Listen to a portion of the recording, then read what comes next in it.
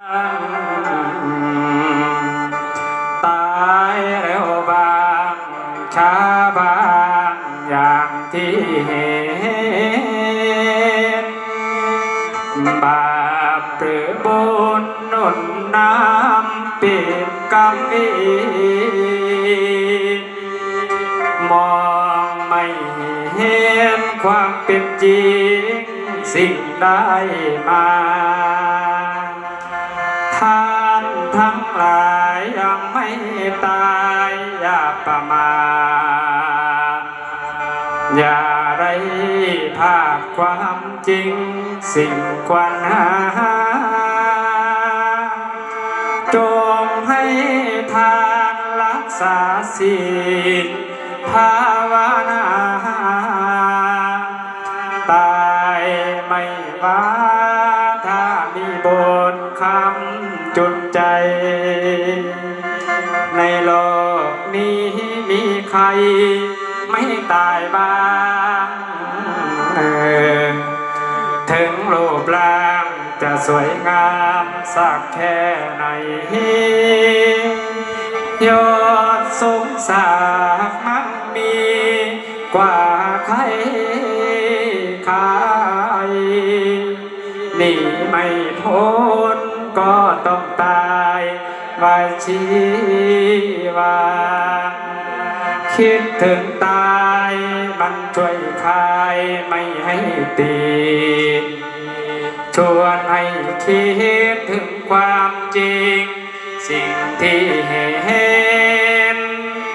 แม้แต่เราก็ต้องตายใจเย็นแม้แต่หมอแค้นก็ต้องตายใจเย็นเพื่อให้เป็นตายก่อนตายสบาย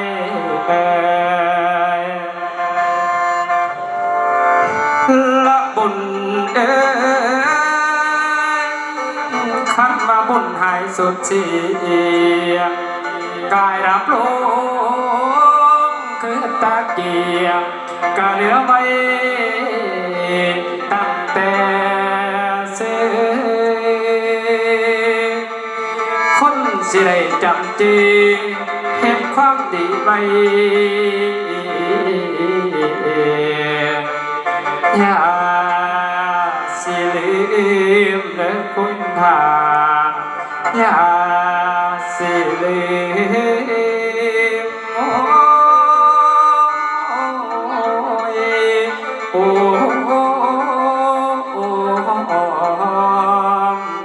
นาละข้ามองค์พุทโธเจ้าองค์เอกรัตนไตรัยหมายประธรรมน้ำไม้ทำให้ประสงค์พอขอนมัสการนันจุลิน้อมประทับทรงผู้เป็นใหญ่ลูกขอนอบไหว้ชีวิตได้ให้อยู่เย็นไหลเป็นทางบ่มีเว้นน้ำตาไหลน้ำ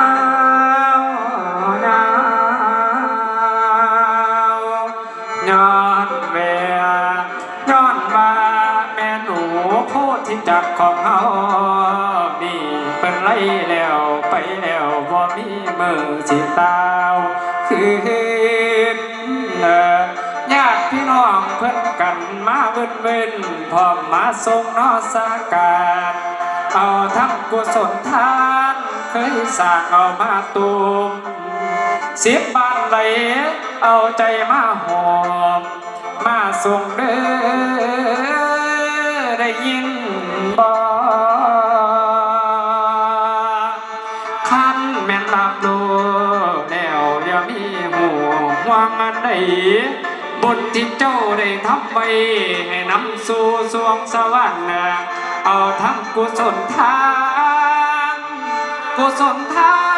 นญาติอุทิศให้น้ำพองเทวดาเอ้ยมาน้อมเอาดวงวิญญาณแม่หนูโพธิจักร ขึ้นสวรรค์ให้แน่ท่านแม่นรับรู้แล้วอย่ามีห่วงอันใดญาติพี่น้องเพิ่นมาคือจังแสงเกิงซอยไข่ปองย่ำบ่เห็นเข็นแนวใดให้น้ำแยงให้น้ำแยงผู้ที่ยังน้อยเล่นสร้างนาขันแม่นเจ้าได้ฟื้นสายแนนให้น้ำจองกลับคืนพ่อนากันอีกเถื่อ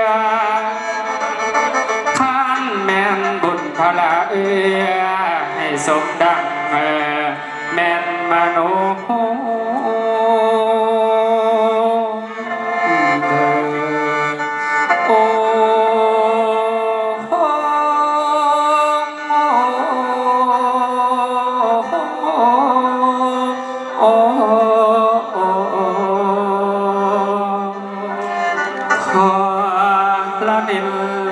หลังนี้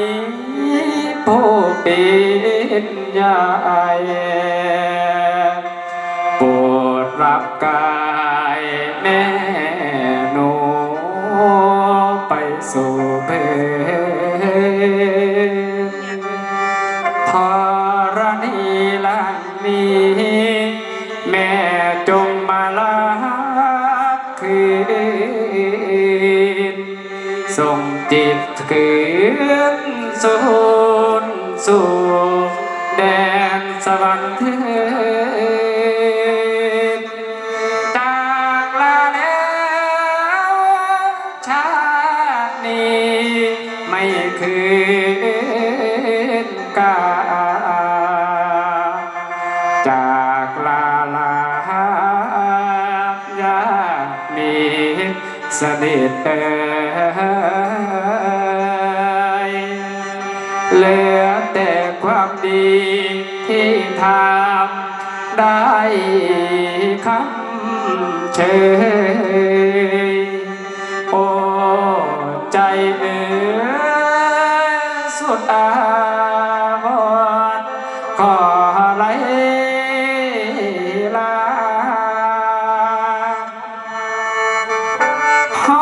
เกิดมาให้จำเจอไว้มีความตายที่ท่าอยู่สัจธรรมที่ต้องโหอย่ามีห่วงอันนี้เพื่อนจะได้ว่าองค์พุทโธเจ้าองค์ธรรมโมเจ้าองค์สังโฆเจ้าให้พังสอนสังวีทิฏฐาต่อสังขารอันหลังไหลวิญญาณของคุณแม่หนูผู้ที่จากนี้ไปแล้วบ่มีมือสิเต้าคืนจังได้พากันมาบึนมาส่งอีแม่หนูให้กลับคืน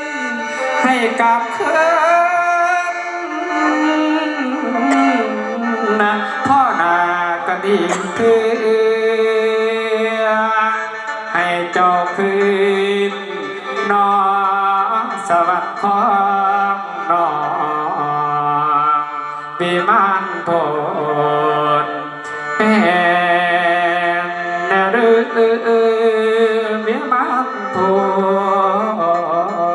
นสู่สวรรค์เดโนยายเวนอนี่